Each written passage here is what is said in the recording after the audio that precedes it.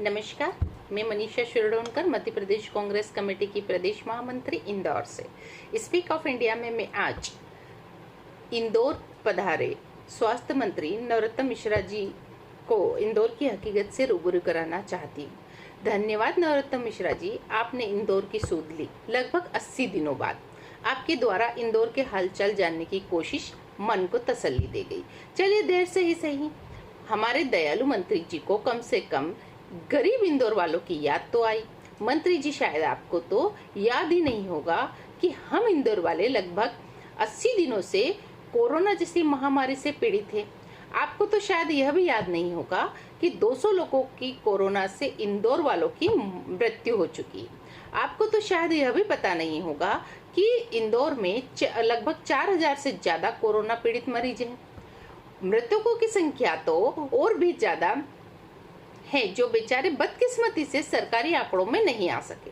कब्रिस्तान जनाजों से भरे पड़े थे और बहुत सारे अस्पतालों में लोग मरे तो कोरोना से, मगर आपकी सरकारी एजेंसियों ने उनकी जांच ही नहीं की। बहुत सारे मरीज ने इसलिए दम तोड़ दिया क्योंकि उन्हें इंदौर के बड़े बड़े अस्पतालों में भर्ती करने से मना कर दिया गया। लोग अपने बीमार परिजनों को लेकर अस्पताल दर अस्पताल भटकते रहते थे, लेकिन उनकी सुनवाई नहीं होती थी और मरीजों को स्कूटर से, रिक्शा में, कार में अपने परिजनों लेकर जाते थे और मरीज परिजनों की गोद में ही दम तोड़ देता था।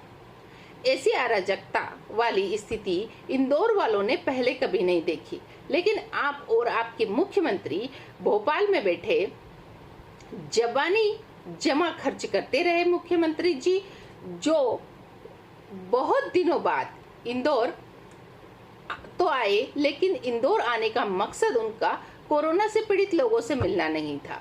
उनका मकसद था सामूहिक उपचुनाव के चक्कर में उन्हें इंदौर आना पड़ा और बिना पीड़ितों से मिले अधिकारियों से बात करके अपना उल्लू सीधा करके मामा जी चले गए। आप भी इंदौर आए, अधिकारियों के साथ बैठक करके चले गए। फिर आपने तो मुंह दिखाई के लिए एक अस्पताल का दौरा भी कर लिया। मुख्यमंत्री शिव मामा ने तो वह भी करना उचित नहीं समझा। मिश्रा जी, बेहतर होता कि आप उन बस्तियों का दौरा करते जहां कोरोना की सबसे ज्यादा मार पड़ी है। आप उन परिजनों से मिलते जिन्होंने अपने परिवार के सदस्य कोरोना में खोया है। आप उन 3 सरकारी अस्पतालों का दौरा करते जहां पर एक कमरे में 15-15 मरीज भर्ती हैं, न टॉयलेट की सफाई हो रही है, न बाथरूमों की सफाई हो रही है और मच्छरों की तो भरमार है। मरीजों को पानी तक समय पर नहीं मिल रहा है। आप इन अस्पतालों में जाते तो शायद उन मरीजों का भला हो जाता और आपके सामने भी अधिकारियों की पोल खुल जाती।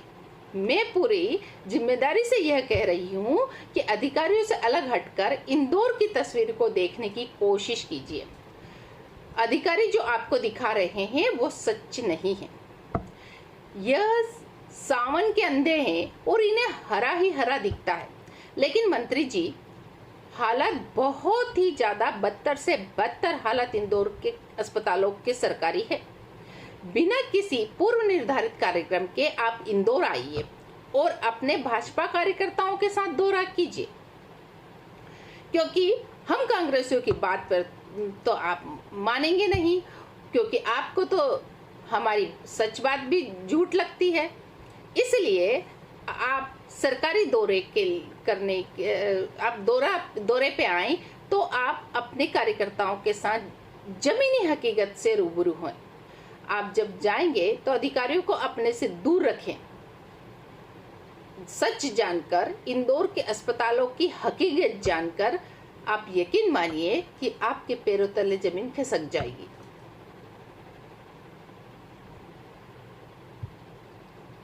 यही आपसे हमारा निवेदन है कि इंदौर के सरकारी अस्पताल